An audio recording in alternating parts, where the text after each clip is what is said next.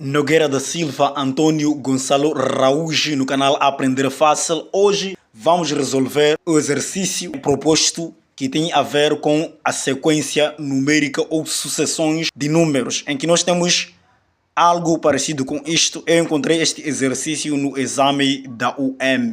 Então, era um exercício que aparecia desta forma e ele pedia também para que nós pudéssemos achar o termo geral. Então, quando eu vi este exercício, me interessei e pensei em levar isto para cá para que nós pudéssemos resolver juntos e juntos acharmos o termo geral desta sucessão. Mas tenha muita atenção neste exercício, porque dentro desta sucessão temos muita coisa interessante patente dentro desta sequência numérica. Preste atenção o que está a acontecer. Vamos perceber que no segundo termo para lá em frente, no numerador, nós temos 5. De seguida, nós temos menos 25. Temos de seguida 125 e por diante também temos menos 625, por lá vai. Então, o que está a acontecer?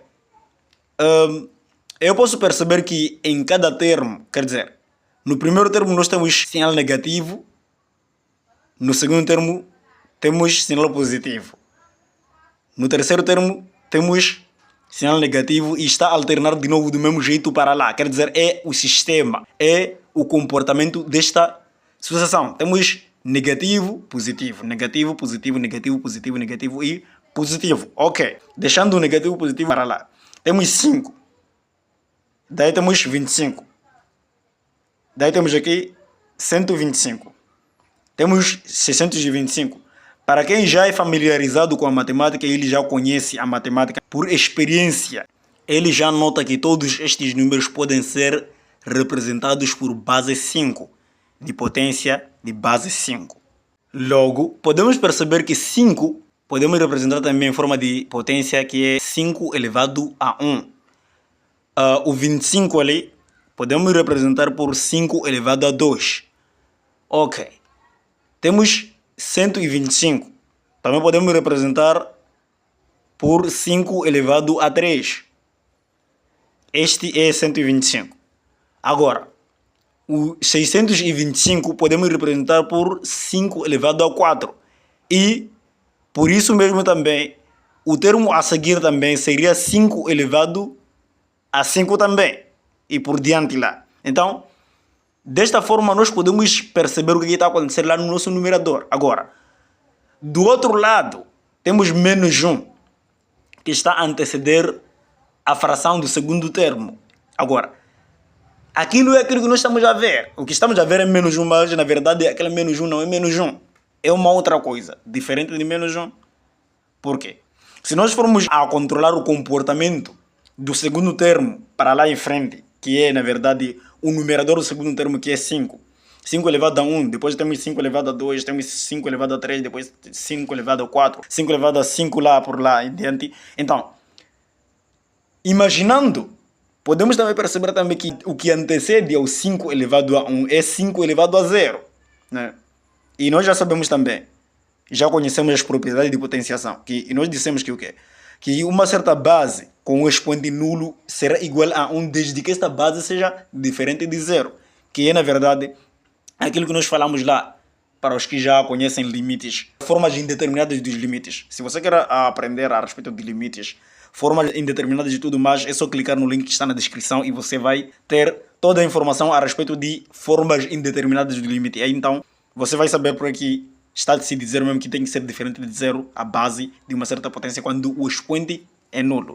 Então, indo direito ao assunto, sem sair do foco, estávamos a dizer que o número que vai ter que anteceder ao 5 elevado a 1 tem que ser 5 elevado a 0. Então, este terá que ser um número que vai ter que anteceder o nosso 5 elevado a 1. Então, deste modo, podemos perceber então que lá no primeiro termo ficaremos com menos 5 elevado a 0. Para onde? No numerador. Então, menos 5 elevado a 0, 5 elevado a 1. Menos 5 elevado a 2, 5 elevado a 3. Menos 5 elevado a 4, 5 elevado a 5, por lá adiante. É isso que nós, na verdade, teremos que fazer nesta ordem de ideia. Então, para não perdermos tempo na teoria, vamos lá representar cada um deles como é que vai ser. Então, o segundo termo que se encontra aí no numerador terá que ser 5 elevado a 1. A seguir ficamos com 5 elevado a 2, que corresponde ao 25.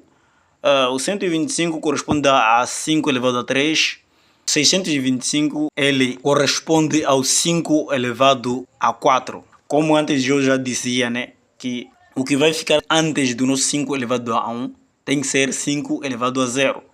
Que isto estará, na verdade, a mostrar que nós estamos a ter uma sequência numérica que está a crescer em uma progressão geométrica. Então, deste modo, vamos ter que também separar por vírgulas para não nos esquecermos de onde é que nós estamos saindo neste caso. E, então, isto podemos perceber também que, na verdade, todos eles ali são representados por base 5. Então, este 5 também será, na verdade, algo que vai sair no termo geral. Neste caso, 5. E qual será o expoente que vai passar para lá em cima? Para nós sabermos qual é o expoente que vai passar para lá em cima, né, no 5, podemos perceber que isto está a partir do 0. Temos 0, temos 1, temos 2, temos 3, temos 4. Então, a ordem do termo vai ter que estar também lá, no expoente que será o n. Só que antes do n estar lá, precisamos saber qual é a diferença entre os expoentes. Temos 0, temos 1, temos 2, temos 3, temos 4 e provavelmente teríamos 5 no expoente. Ok, então a diferença existente entre os expoentes, o primeiro expoente é 0, a seguir temos 1. Quantas unidades passaram? Passou-se apenas uma unidade, 0 mais 1 vai dar 1. Então 1 para 2, quantas unidades passaram? Também, adicionou-se por 1 também foi dar 2. Assim sucessivamente, então, quer dizer, temos a diferença de uma unidade a cada expoente. Do 0 para 1 temos uma unidade, de 1 para 2 temos uma unidade, do 2 para 3 temos uma unidade, do 3 para 4 temos uma unidade e também do 4 para o outro invisível que está lá, que seria 5, também é uma unidade. Então esta unidade tem que ser representada por 1 no expoente a multiplicar pela ordem, né? A multiplicar pela ordem do termo, neste caso o n. Agora, neste caso, está na hora de nós podermos representar este mesmo 1, que é a diferença 1, a multiplicar pela ordem dos termos que estará lá no expoente, que é o n, então, uma vez o n. Então, deste modo, se nós formos a testar a cada ordem no nosso n, se formos a substituir por 1, estará a coincidir com o segundo termo e não o primeiro. Se nós formos a testar com qualquer coisa, não teremos ali 5 elevado a 0, então, para que nós tenhamos ali a coincidência com 5 elevado a 0, temos que procurar, por exemplo, se nós colocarmos ali 1, qual é a operação que vai faltar para subtrair o mesmo número para termos 0 lá no início? Tem que ser menos 1, então este menos 1 é que deve estar do outro lado para que, quando nós formos a procurar o primeiro termo, se colocarmos ali 1 no lugar de n, este 1 menos este 1 aqui, dar 0, que é 0 que está lá no topo. Então, cada vez mais que você vai substituir por uma nova ordem ali, estará a coincidir taxativamente com o numerador que se encontra lá em cada ordem do seu próprio termo. Só que é uma coisa, nós percebemos aqui também que estamos a ter uma alternância de sinais. No primeiro termo nós temos um sinal negativo, no segundo temos positivo, terceiro negativo, quarto positivo, quinto negativo.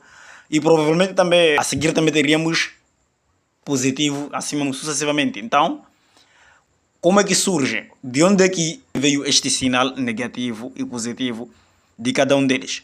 Para nós podermos perceber isso daqui, precisamos descer mais um pouco a respeito de potência. Na potência. Lá na potência, nós dissemos assim que uma base negativa elevada a um expoente par resulta em um número positivo. Mas se esta base negativa estiver figurado a um expoente, estiver elevado a um expoente ímpar, vai resultar no sinal original da própria base. Ou seja, vai dar negativo. Então, vejamos, podemos perceber então que podemos ter, por exemplo, também sabemos que 1 elevado a qualquer coisa é igual a 1. Então, vamos imaginar que temos menos 1 elevado a 2. Vai dar positivo. Se for menos 1 elevado a 3, vai dar negativo. Ok, tendo em conta na sucessão, vamos ter que levar aquele conhecimento de lá na potência e compilarmos aonde? Aqui nas sucessões. Então, se nós formos a perceber que o primeiro termo é negativo e sabemos também que a ordem do termo é 1 na parte do primeiro termo. Então, vamos levar menos 1 elevado a 1. Vai dar menos 1. Menos 1 elevado a 2. Vai dar positivo. Esse positivo vai ter que multiplicar-se com o segundo termo, vamos ter positivo ainda. menos 1 elevado a 3 vai dar negativo, por isso temos negativo ali, que vai ser no terceiro termo. Menos 1 elevado a 4 vai dar positivo porque é par. Por isso teremos ali positivo. Menos 1 elevado a 5 vai dar negativo porque o quê? Porque é um expoente ímpar. Então, acontecerá do mesmo jeito. Então, se for o primeiro termo, vai ser negativo, que vai ser 1 lá no expoente do menos 1. Se for o segundo termo, será o expoente 2, que vai dar positivo, que já está aí. Assim mesmo, sucessivamente, até lá mesmo vai perceber que teremos sempre negativo, positivo, negativo, positivo, negativo, positivo, negativo, positivo, até lá. Lá, exatamente.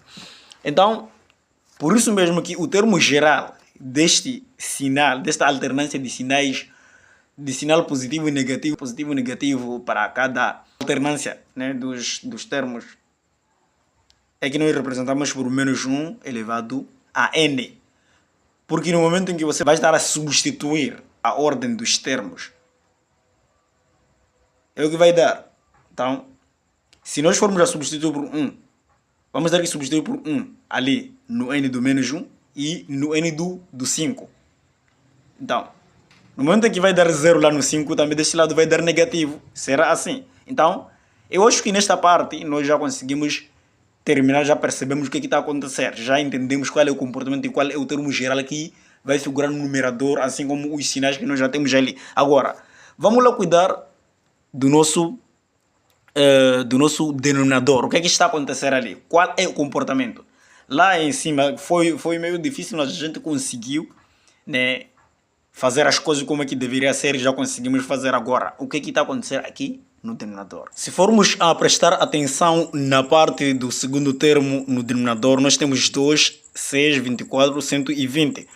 E este 2 podemos representar por 2 vezes 1, este 6 podemos representar por 3 vezes 2 vezes 1. O 24 pode ser também 4 vezes 3 vezes 2 vezes 1. E por lá também temos o 120, é o mesmo que dizer 5 vezes 4 vezes 3 vezes 2 vezes 1. E por lá vai. Então isto nos lembra na verdade o fatorial. Então isto podemos perceber que no denominador do segundo termo temos ali 2 fatorial. 6 também pode ser representado por 3 fatorial. O 24 pode ser de 4 fatorial.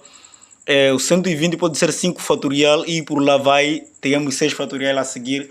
Então, só por nós percebermos o que está a acontecer aqui também, podemos também imaginar do que está a acontecer também lá no início, que tinha que ser também um fatorial que estaria na verdade, que seria o termo antecessor ao 2, que seria um fatorial.